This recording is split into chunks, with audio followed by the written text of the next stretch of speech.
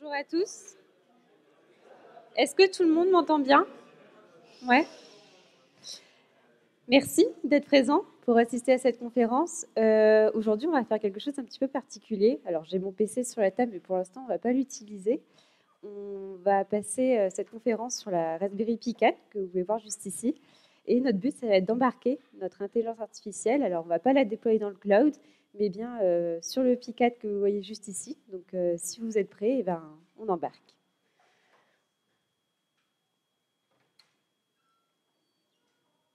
Ok, alors présentation très rapide. Je m'appelle Léa P. Je suis machine learning engineer chez OVH et je fais partie de la team AI Solution dans laquelle en fait on vient créer des verticaux sur nos différents produits d'IA. On va faire une petite introduction sur comment déployer une IA, pourquoi on va venir la déployer et pourquoi on va créer une app en fait en lien avec l'intelligence artificielle. Donc en partant d'une idée jusqu'à la résolution d'un problème. Alors, tout d'abord, on va venir extraire de la donnée, donc on va récolter de la donnée, on va faire un petit peu d'analyse, on va faire également ce qu'on appelle du data processing, avec de la collecte et de l'exploration des données, donc de la préparation et enfin de la séparation. Basiquement, on va souvent séparer en 2 ou en 3 notre jeu de données pour la phase d'entraînement, de validation, puis de test. De là, on découle l'entraînement du modèle. Donc, soit on va construire notre propre modèle d'IA, soit on va utiliser en fait un modèle d'intelligence artificielle existant. Et dans notre cas, on va venir faire l'entraînement dans le cloud pour bénéficier en fait de la puissance des GPU. Donc, les GPU, ça va surtout nous permettre d'accélérer en fait les calculs pour qu'ils puissent se faire plus rapidement.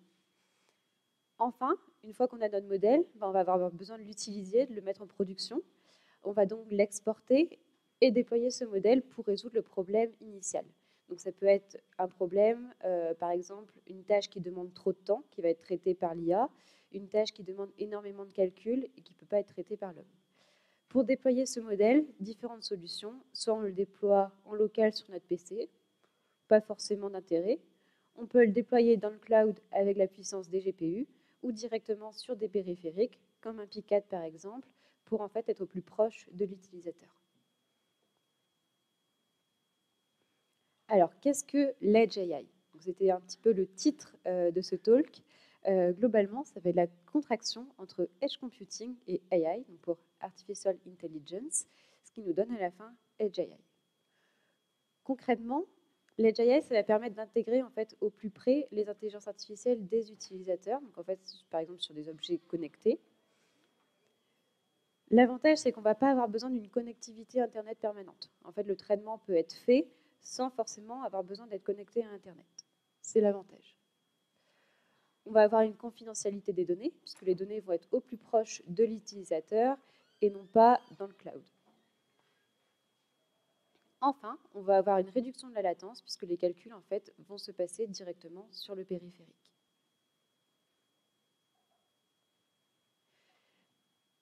Qu'allons-nous faire aujourd'hui? On va s'occuper du stockage et du traitement des données dans le cloud, mais également de l'entraînement du modèle. Une fois que ça c'est fait, on va exporter notre modèle entraîné. Donc on va voir comment on va le faire, mais on va l'exporter du cloud en local. Dans notre cas, ça va être sur le Raspberry Pi 4, sur notre périphérique. Et on va utiliser ce processeur pour faire de l'Edge AI, donc pour embarquer notre IA. Quelques chiffres. Ici, en fait, vous avez une information sur la part en fait, du marché mondial qu'occupe l'Edge AI, ou en tout cas qu'elle occupera d'ici 2027. C'est juste un exemple pour montrer qu'en fait, l'Edge AI prend de plus en plus de place aujourd'hui et qu'on va la retrouver de plus en plus dans notre vie courante. Alors, si vous voulez avoir des informations là-dessus, ici, la source, c'est Actual AI. Vous aurez toutes les ressources en fait en fin de présentation et je vous repartagerai les slides évidemment. On va maintenant parler un petit peu d'edge computing de manière générale. Alors tout d'abord, pourquoi faire de l'edge computing? Donc ça va rejoindre un petit peu ce que j'ai dit tout à l'heure pour l'edge AI, mais on va surtout avoir une diminution de la latence dans le traitement de la donnée et c'est ce qu'on cherche. On va également avoir une augmentation de la sécurité informatique, encore une fois, parce que les données vont être au plus proche de l'utilisateur. Ensuite, nous aurons une amélioration de la fiabilité et de la résilience. Et enfin, on va avoir une prise en charge des applications AI et ML, et ça nous arrange bien parce que c'est ce qu'on va faire aujourd'hui. Quelques exemples d'utilisation dans la vie courante où vous pouvez rencontrer l'AGI. Donc, ça arrive maintenant. Nous avons les supermarchés autonomes où il n'y a plus forcément de personnel dans les supermarchés, où vos paniers en fait sont comptés automatiquement et que les aliments que vous avez pu acheter sont comptabilisés. On a également les smart home. Alors peut-être que certains d'entre vous en possèdent, soit des customisés avec une Raspberry Pi 4, soit la Google Home ou Alexa. Nous avons aussi tout le domaine médical qui utilise beaucoup d'AGI, dans les différentes interventions qu'ils peuvent faire. Les usines intelligentes dans le milieu industriel. Nous avons également les smart cities. Donc en fait, ça va permettre, par exemple, d'éviter les bouchons, de voir au mieux comment le trafic en fait peut se faire dans une ville. Et enfin, last but not least, la voiture autonome qui effectivement utilise de l'IA embarquée. Edge computing et cloud computing. Alors, est-ce que c'est différent? Oui, sûrement. Est-ce que c'est compatible? C'est ce qu'on va voir. Alors, il faut savoir que la différence déjà principale entre le cloud computing et que l'edge computing, c'est l'endroit où se passe le calcul. Dans le cas du cloud computing, le calcul va se faire dans le cloud, tandis que quand on parle d'edge computing, le calcul se fait directement sur les périphériques. C'est ce qu'on va faire aujourd'hui avec la Raspberry Pi 4. Cependant, les deux, en fait, peuvent être liés les uns aux autres. Par exemple, pour déployer un modèle d'intelligence artificielle, vous pouvez très bien le déployer dans le cloud ou on edge, par exemple. En fait, ça va vraiment dépendre de votre besoin, ça va dépendre de quelle app vous allez créer, ça va dépendre aussi du modèle que vous voulez déployer et de la tâche à traiter. Mais les deux, en fait, vont être liés. Par exemple, vous pouvez très bien stocker vos données dans le cloud, les traiter, entraîner votre modèle, puis exporter votre modèle sur votre périphérique et faire de l'inférence. Vous allez voir aujourd'hui, on va avoir un cas un petit peu particulier qui est la détection d'objets. Pour la détection d'objets, je vais récolter des images et je peux très bien utiliser ces images pour les renvoyer dans le cloud et réentraîner mon DIA. Pourquoi? Parce que je vais avoir récolté de la nouvelle information et je vais avoir envie d'améliorer mon modèle, je vais avoir envie en fait qu'il apprenne davantage. Donc les deux peuvent être tout à fait liés et complémentaires. On va maintenant passer aux avantages globaux donc, de l'Edge AI. Pour récapituler, le premier et le principal, ça va être la faible latence. On va avoir des services donc, de deep learning ou de machine learning qui vont être déployés vraiment sur les périphériques. Ça va entraîner à la fois une réduction de la latence, mais également une réduction des coûts d'envoi de données dans le cloud. Et on le sait, ça peut potentiellement être un petit peu plus long. On va aussi avoir la confidentialité avec des données qui vont être au plus proche des utilisateurs sur les périphériques et donc sur leurs appareils. Forcément, la confidentialité en sera meilleure. Nous avons également la fiabilité avec une nécessité en fait, de disposer des services intelligents qui sont fiables. Et donc, forcément, si on n'a pas de réseau, avec de l'edge, en fait, ça pourra toujours continuer à fonctionner. On va maintenant passer au device utilisé aujourd'hui. Donc, ça va être le Raspberry Pi 4. Alors, je pense que vous savez ce que c'est un Raspberry Pi, mais petit rappel, c'est un nano-ordinateur en fait monocarte. Dans notre cas, on a choisi le Raspberry Pi 4 modèle B.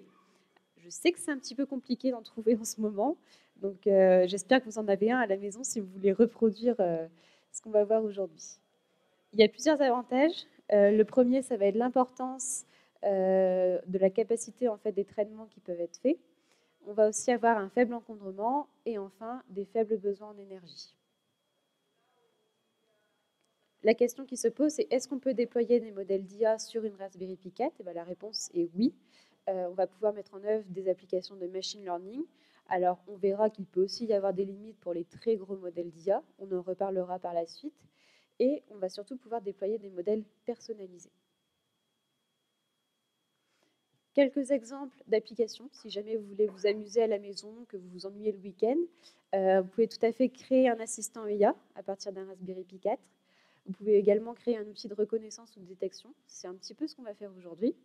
Une station météo, un système de sécurité ou encore un drone autonome. On va maintenant parler de notre modèle d'intelligence artificielle. Aujourd'hui, en effet, on va essayer de déployer le modèle YOLO V7 sur Raspberry Pi 4.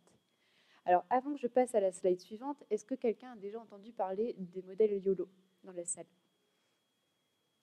Ok. Eh bien, je pense que la slide suivante va être utile. Alors, YOLO, YOLO, c'est pas le YOLO que vous connaissez, c'est pour You Only Look Once. Pourquoi? Parce que ces modèles, en fait, vont avoir besoin de passer une seule fois sur les images pour détecter des objets. D'autres modèles de détection d'objets vont être potentiellement plus longs parce qu'ils vont avoir besoin en fait, d'avoir plusieurs passages sur les images. Ce n'est pas le cas en fait, de cette famille d'algorithmes. En effet, c'est une famille d'algorithmes, donc YOLO V7, c'est la version 7. Il y a quelques semaines, j'aurais pu vous dire que c'était le dernier en date, mais il y a un petit frère qui est arrivé depuis, et en fait, depuis quelques jours, on parle de YOLO V8, qui est encore plus performant. J'ai pas eu le temps de faire tous les changements pour mon talk, donc on va rester sur le 7 si ça ne vous dérange pas. YOLO V7, globalement, ça va nous permettre de détecter et de reconnaître des objets, à la fois sur des images et sur des vidéos. L'avantage, c'est qu'on va aussi pouvoir faire de la détection en temps réel, donc sur un flux vidéo, et tout à l'heure, on fera des tests. Je vous demanderai potentiellement de participer un petit peu. Enfin, on va avoir une rapidité et également beaucoup de précision avec ce modèle. C'est pour ça qu'on l'a choisi aujourd'hui et qu'on va essayer de le déployer sur la Raspberry Pi 4. Alors, globalement, qu'est-ce qu'on va faire? On va venir entraîner un modèle YOLO V7 personnalisé. Donc, pour ça, on va utiliser un notebook en fait, dans le cloud. Donc, au hasard, le cloud provider que j'ai choisi, c'est OVH. Je ne sais pas si vous vous êtes douté un petit peu, mais voilà. Ensuite, on va venir le déployer sur Raspberry Pi 4. On va faire de la détection en temps réel avec la caméra qui est juste là. Et enfin, on va visualiser les résultats et on va les afficher. Alors, vous allez peut-être vous demander pourquoi il y a un chien avec une boîte autour. Dans la détection d'objets, en fait, l'objet va être entouré par ce qu'on appelle une bounding box. Donc, c'est en fait une boîte qui entoure l'objet. On a le nom du label, également appelé la classe, et une précision qui, en fait, va être une probabilité entre 0 et 1. En pratique, donc, comme je vous l'ai dit, on va entraîner un modèle YOLO V7 dans un notebook.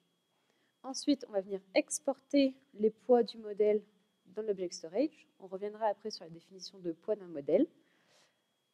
Troisième étape, c'est la récupération de ce modèle sur la Raspberry Pi 4. Alors pour ça, on va utiliser la CLI OVH-AI, qui est en fait la CLI dédiée aux produits d'intelligence artificielle chez OVH, et donc on va essayer de tout faire en ligne de commande. Suite à ça, on va avoir besoin du repo en fait, YOLO V7 qui est disponible sur GitHub, à savoir que c'est un modèle open source, donc vous pouvez tout à fait l'utiliser sans avoir forcément à le réentraîner. On va installer les dépendances Python qu'on a besoin. En effet, en IA, on utilise quand même assez souvent ce langage, et c'est ce qu'on va garder dans notre cas aujourd'hui. Et on va finir par faire quelques tests avec de la détection donc, en temps réel grâce à la webcam qui est juste ici. Ok, donc c'est parti, entraînement YOLO V7. Alors, j'ai préparé une anti-sèche, je ne me souviens pas de toutes les commandes par cœur. Comme je suis quand même sympa, je vous filerai l'anti-sèche à la fin si vous voulez tester à votre tour.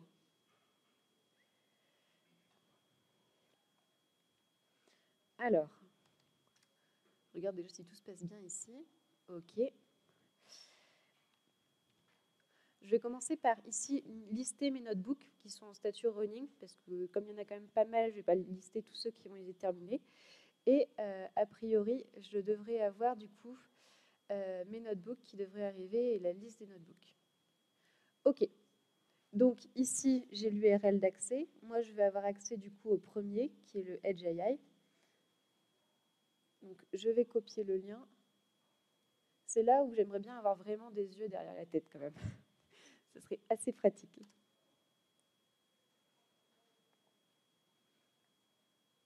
Ok, donc pendant qu'il s'ouvre, on va juste regarder les infos sur le notebook. Alors, pour ça, je vais prendre la commande OVHAI notebook get. En fait, ça va surtout me permettre... ah bah oui, forcément. Ça va surtout me permettre d'avoir en fait toutes les infos sur mon notebook, savoir quel statut il est, si j'ai des données à l'intérieur, par exemple. Hop, et du coup, j'ai juste à récupérer normalement cet ID-là.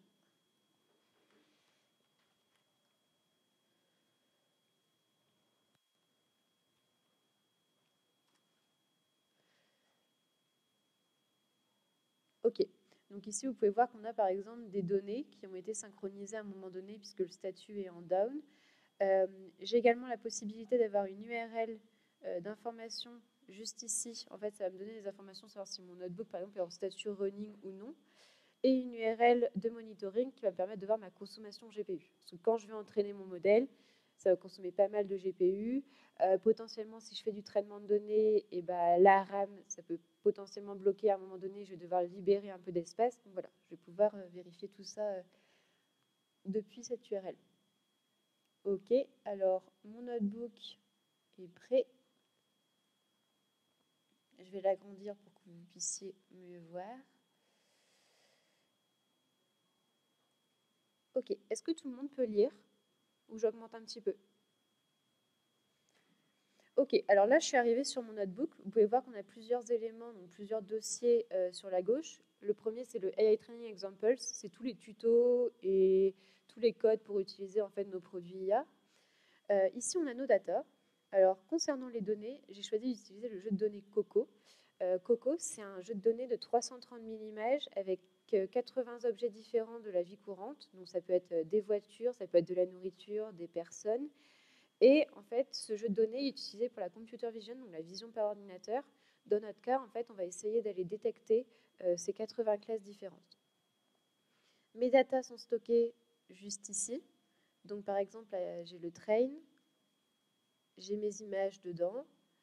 Alors ça peut être un peu long à s'ouvrir.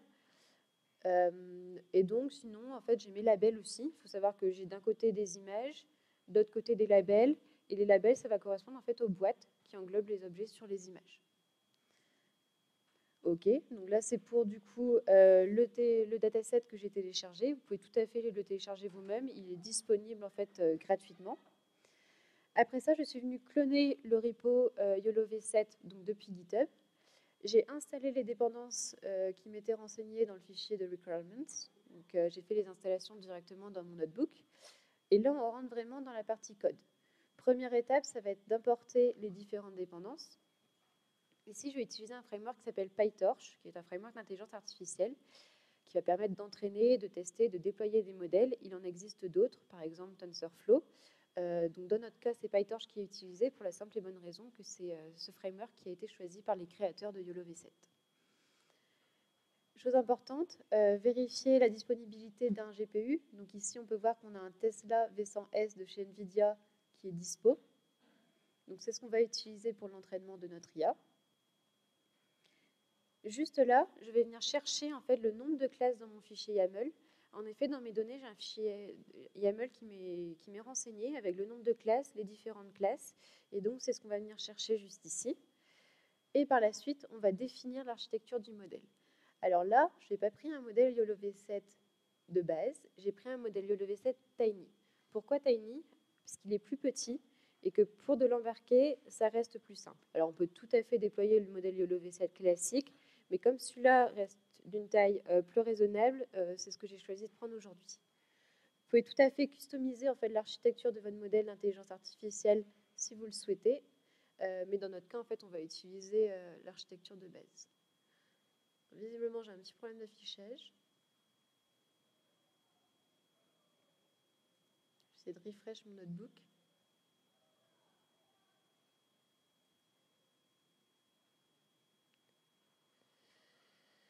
Ok.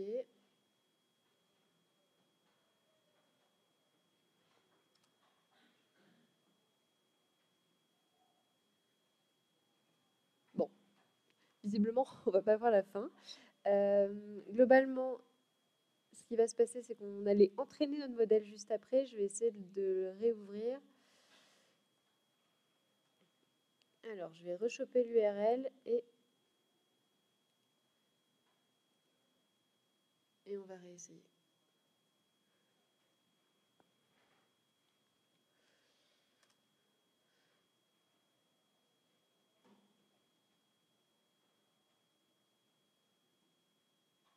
Il semble un peu plus coopératif pour l'ouvrir.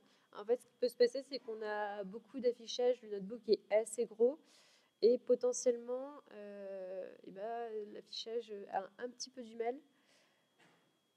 Et comme par hasard, avec l'effet démo, ça se passe aujourd'hui. Mais ça, c'est logique.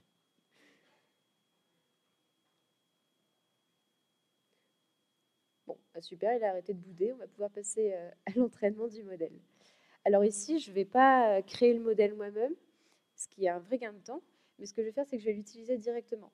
Pour ça, je vais renseigner le fichier en fait train.py, donc un fichier d'entraînement Python dédié à YOLO V7.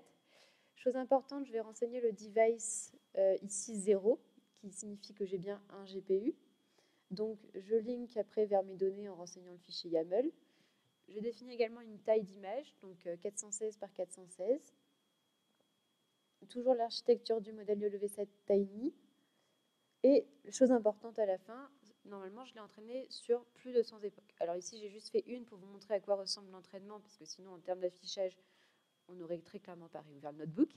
Mais voilà, un modèle comme ça, selon la tâche donnée, on l'entraîne entre 100 300 époques. Ça dépend en fait de ce que vous souhaitez faire et ça dépend en fait de l'évolution de vos paramètres. Mais globalement, au moins 100 époques sont nécessaires. Une époque étant une période, un cycle entre guillemets d'entraînement. Donc ici, on a le récapitulatif de notre architecture.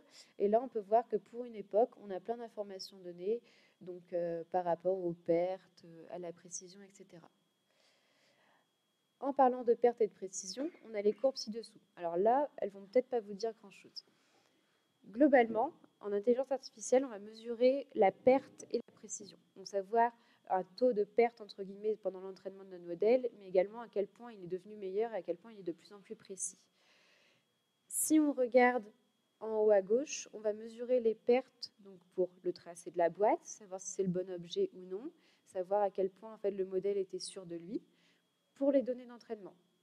Ici, on va faire exactement la même chose pour les données de validation. Si vous ne comprenez pas toutes les courbes, il n'y a pas de souci, je vous donnerai toutes les définitions après que vous pourrez lire, ce n'est pas le plus important aujourd'hui. On a également toutes les métriques qui vont mesurer la précision du modèle, à quel point il est précis par rapport à tel ou tel paramètre.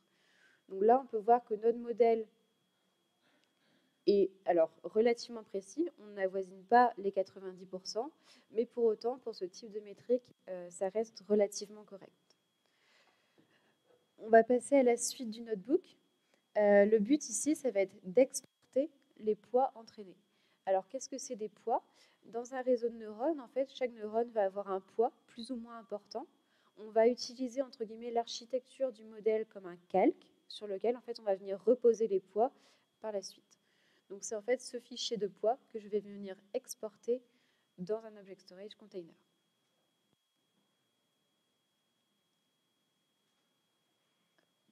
Alors, je vais venir récupérer mes poids, maintenant qu'ils ont été entraînés. Je reprends mon anti-sèche.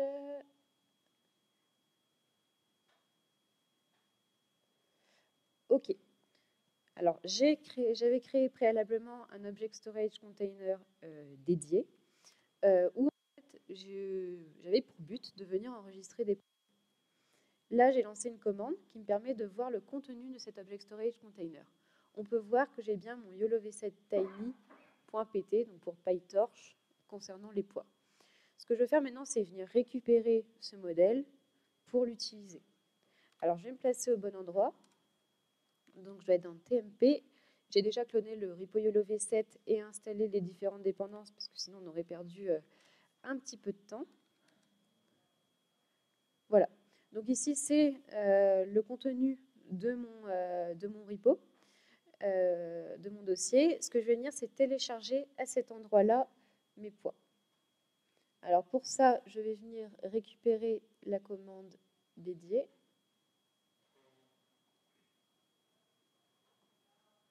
OK. Et on va venir en fait télécharger le modèle juste ici. Alors le téléchargement du modèle peut prendre un peu de temps. Là, il n'est pas très très lourd. Vous voyez la taille juste ici. Donc ça devrait être relativement rapide. D'ailleurs, c'est déjà fait. Ça peut prendre plus ou moins de temps en fait sur des gros modèles qui font quelques gigas. Là, effectivement, le téléchargement peut être un peu plus long. Alors je refais un ALS. OK, donc il est bien ici. Ça, c'est top. Et on va pouvoir commencer à tester. Comme vous pouvez le voir ici, on a un dossier normalement qui s'appelle Images, qui doit être dans Inférence. En fait, alors si je fais... OK. Si je vous montre le contenu d'inférence, en fait, il y a plusieurs images de test. Donc, c'est des images un petit peu classiques, un petit peu des images qu'on peut trouver sur Google Images, donc de différents objets que notre IA peut reconnaître. On va déjà tester notre modèle dessus, savoir s'il peut reconnaître ces objets ou non, et on va voir en fait s'il performe avant de tester sur nos propres images. Alors, encore une fois, je récupère ma commande et on va juste la commenter rapidement. Ici, tout à l'heure, j'ai utilisé un train.py. Là, je vais utiliser le detect pour faire de la détection. Je lui renseigne les poids à utiliser de mon modèle, la confidence, la taille des images et la source, donc où il doit aller chercher les images à détecter. Et bien oui, si je ne suis pas au bon endroit, ça ne marche pas forcément.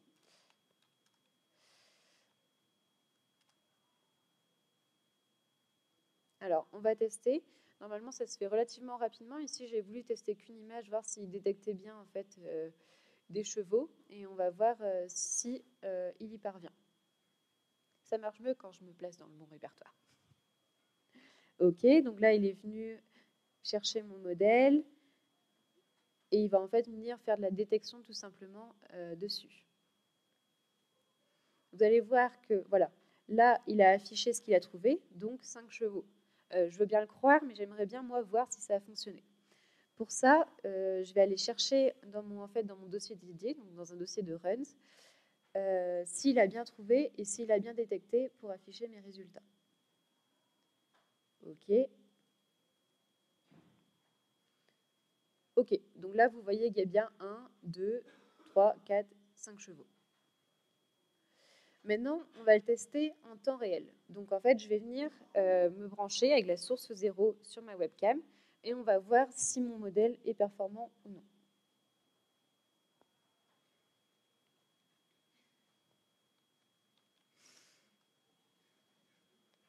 Ok, donc exactement les mêmes paramètres sont renseignés sauf la source, puisque cette fois-ci, ma source va être ici et que ça va être de la détection de temps réel, donc avec caméra.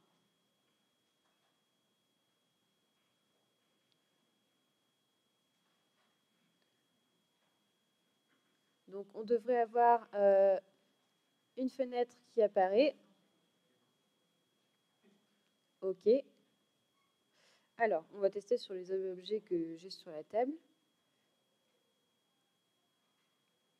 Non, j'ai plus de... Ok, très bien.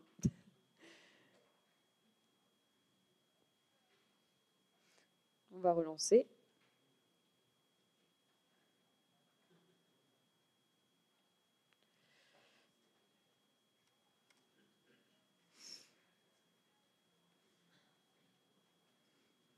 Ça a marché, je vous assure. Non, on va réessayer. Vous allez voir que ça va être un petit peu plus long. En fait, on va pas avoir un flux, ça va pas être très fluide. Bon, là, vous l'avez vu, c'était plus fluide du tout. Mais en fait, on va avoir un petit peu de latence. Pourquoi? Parce que c'est quand même un modèle de détection d'objets, donc ça consomme pas mal. Ok, alors ça, c'est parce qu'il me l'a laissé ouverte derrière. Non, même pas.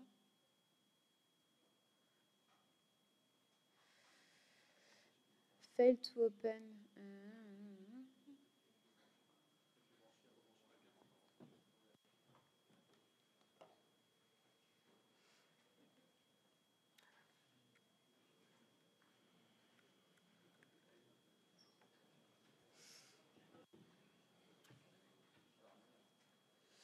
Ok, on fait un dernier test. C'est plus pratique d'avoir l'affichage quand même.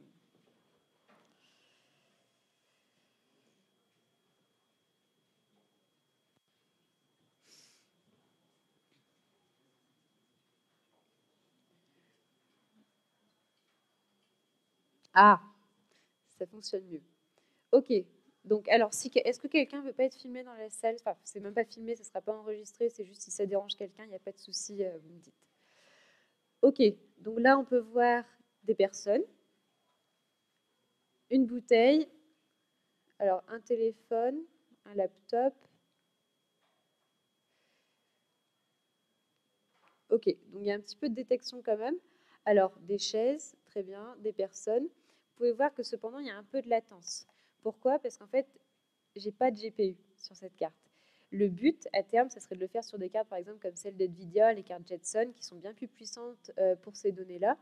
Mais en fait, pour des modèles très très lourds, c'est pour ça qu'on conseille de passer sur des devices plus adaptés, plus élevés en termes de prix aussi, on ne va pas se cacher, mais qui sont plus performants. Cependant, ça fonctionne après une petite frayeur quand même.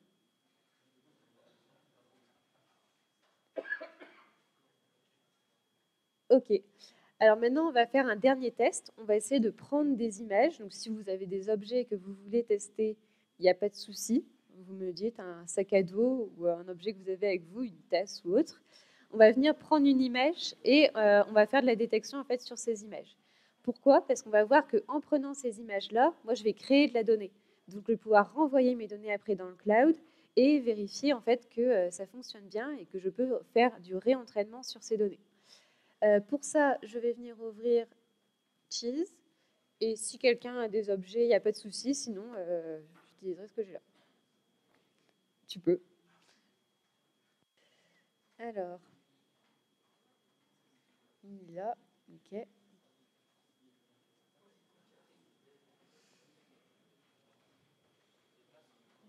Ouais. Je pense que la webcam sera pas si longue et je vais pas prendre de risque. Alors, attends.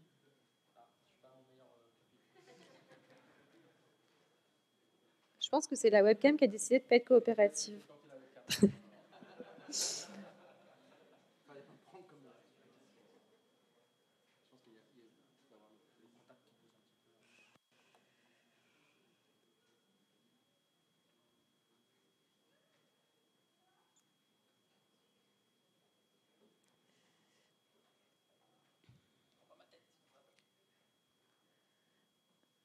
Faudrait que j'ai 4 mains et à peu près 6 yeux, je pense.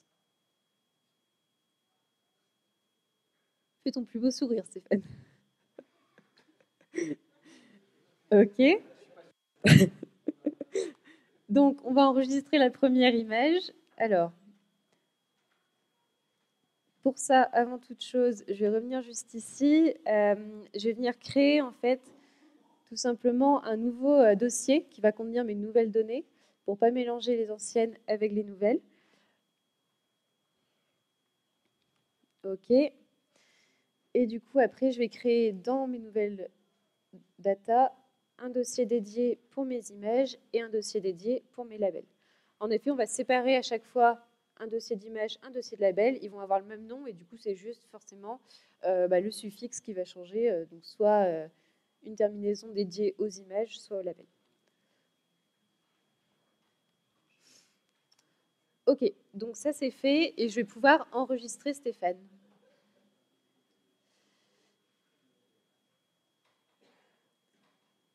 Alors,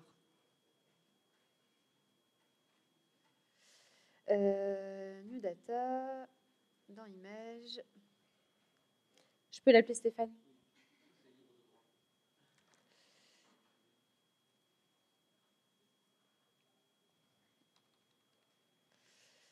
Je vais y arriver. Ok. Quelqu'un a autre chose à tester? Non? Je vais essayer de reprendre. Alors. Décidément,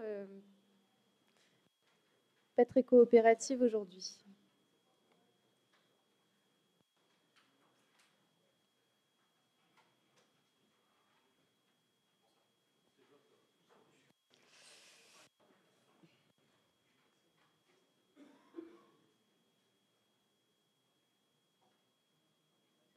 J'y arriverai pas.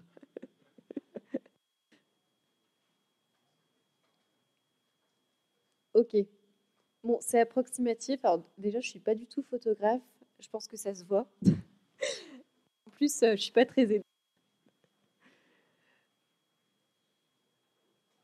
Ok, donc on re-sauvegarde toujours au même endroit. Nouvelle data, image, et du coup, on va l'appeler test 2. Moins d'originalité directe la deuxième fois. Hein.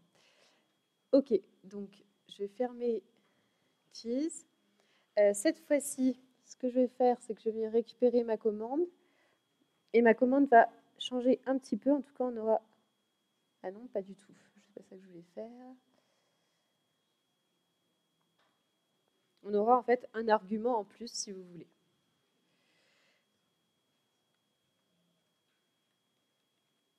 En fait, qu'est-ce que j'ai fait ici? J'utilise la même chose, donc sauf que ma source, cette fois-ci, c'est New Images. Et je rajoute un flag pour le save TXT. En fait, je vais venir sauvegarder chaque label au format TXT. Donc, juste au lieu d'avoir la détection, je sauvegarde mon label en plus pour potentiellement refaire un entraînement. Donc, c'est ce qu'on va faire. Normalement, là, je vais avoir deux détections différentes, puisque dans mon fichier NewData Images, je vais avoir à la fois l'image de Stéphane et l'image de ce qu'il y a sur la table, donc avec les piles, par exemple, la bouteille, le petit livre et je crois qu'il y a un petit bout du clavier. OK, donc là, on peut voir qu'il a détecté plusieurs choses. Je vais aller checker tout ça. Alors, on va retourner dans le runs de tout à l'heure.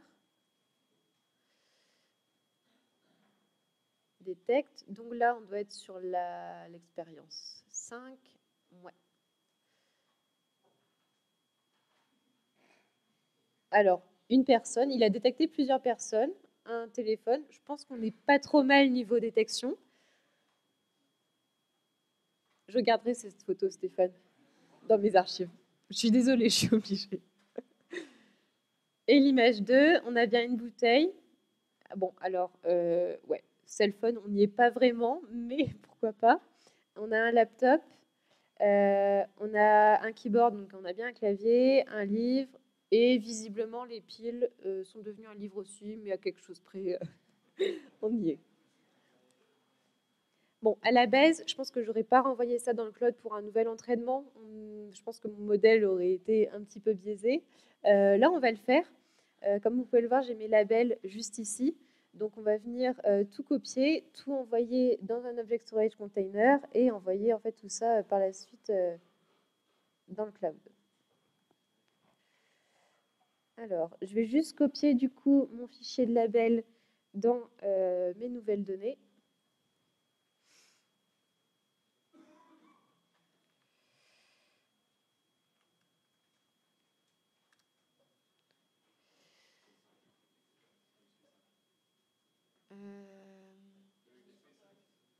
Pardon? Ah bah oui, pardon. Si même dans mon anti-sèche je me trompe. Ok, ça marche quand même vachement mieux. Du coup, si je fais du coup un ls de New Data, j'ai bien mes images et mes labels dedans. Et donc, je vais venir pousser tout ça sur mon Object Storage Container.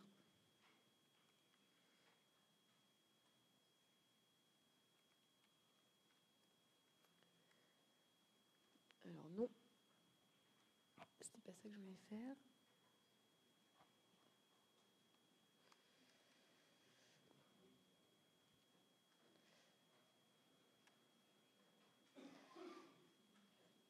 Ok, donc là, tout à l'heure, j'ai fait un data download, là, je vais faire un data upload, donc dans l'autre sens, pour mettre mes nouvelles data à cet endroit. Donc, on voit que l'image de Stéphane a bien été ajoutée.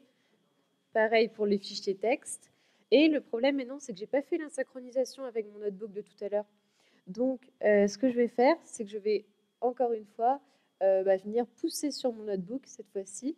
Je vais juste récupérer l'ID du notebook que j'ai zappé depuis en retrouvant ma première commande. Voilà.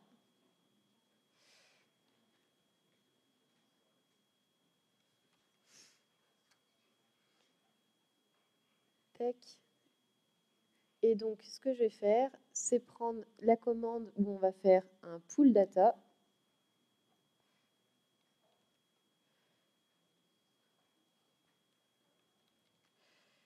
OK. Et je rechoppe l'ID du notebook.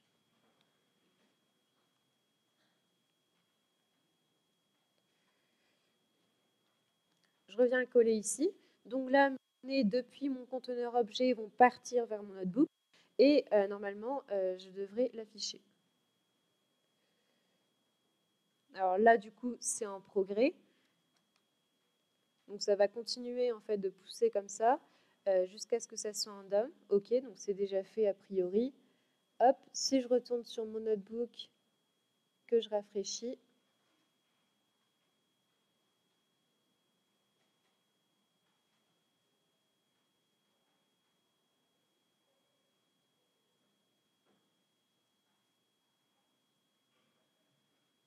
ok, alors on va attendre un instant qu'on ait l'affichage.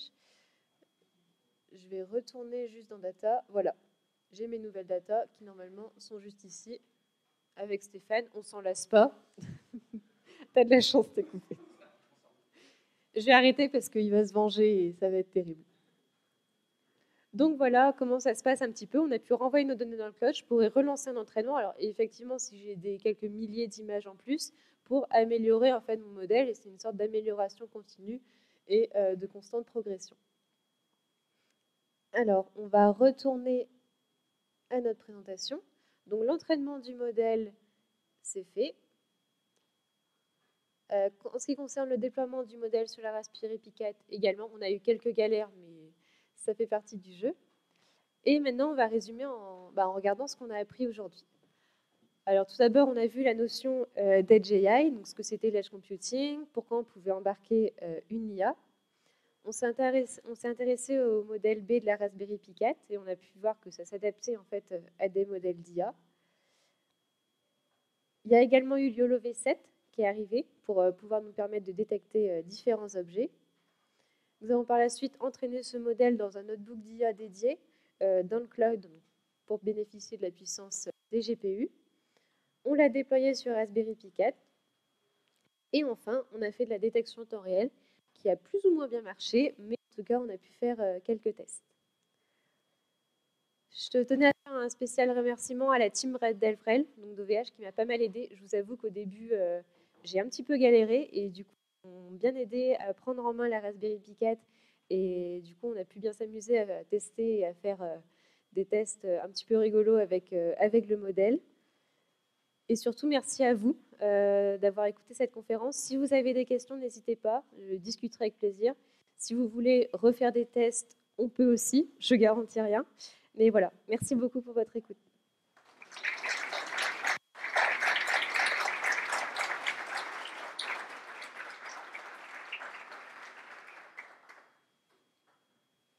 Je vois qu'on a 5 minutes à peu près de questions, donc si vous voulez, je suis là. Ouais.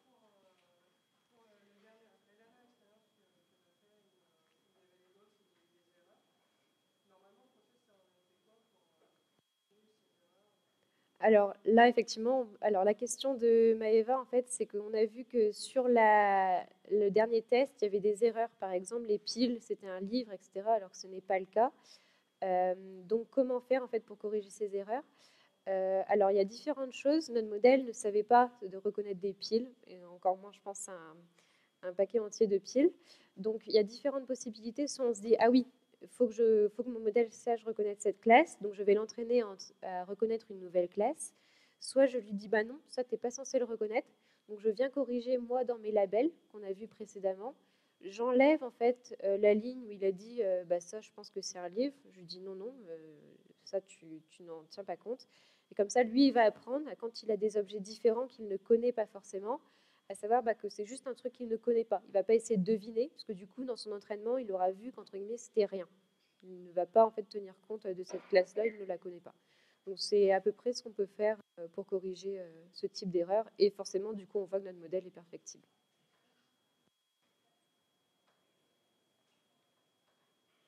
Oui.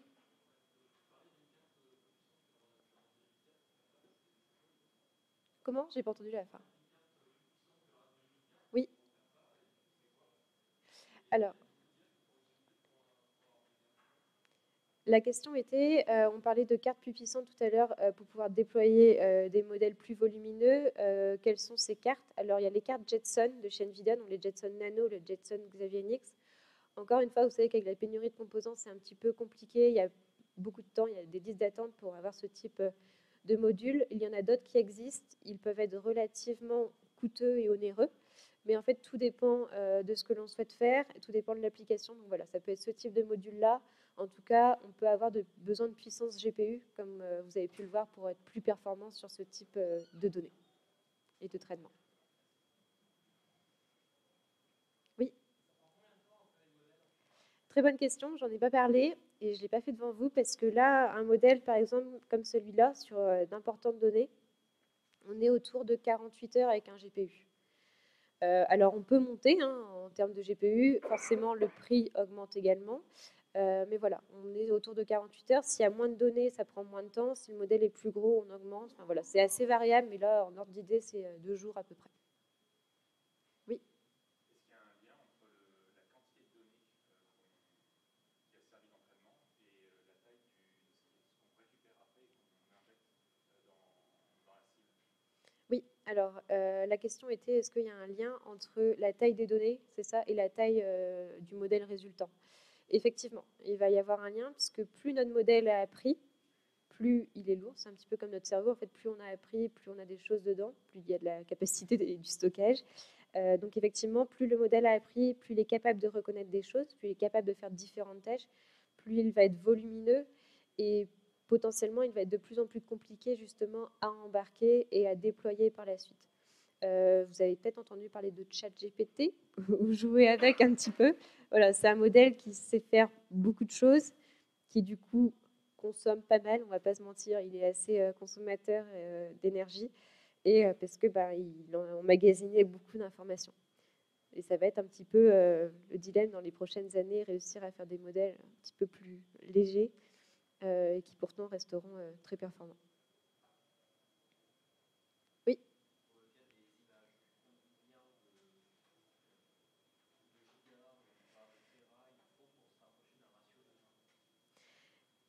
Alors la question était combien d'images il faudrait en termes de taille pour avoir la meilleure précision possible en fait.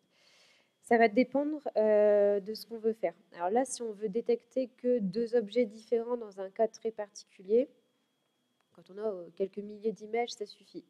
Si maintenant on prend le cas de la voiture autonome, où je veux détecter, je peux prendre en compte tout le paysage, il va falloir des téras de données. Donc en fait, ça va vraiment dépendre du cas donné pour avoir la meilleure précision possible.